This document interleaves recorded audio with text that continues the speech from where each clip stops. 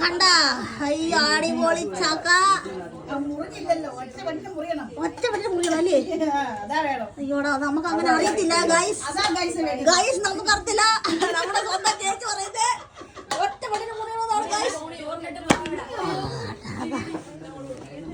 അയ്യോ ഏകദേശം മുറിഞ്ഞിട്ടുണ്ട് ഗൈസ്. രണ്ടാമത്തെ നമ്മുടെ വെട്ടില് മുറിഞ്ഞിരിക്കുകയാണ്.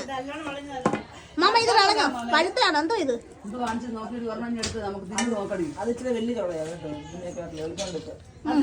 മധുരം വെച്ചോ മാമ?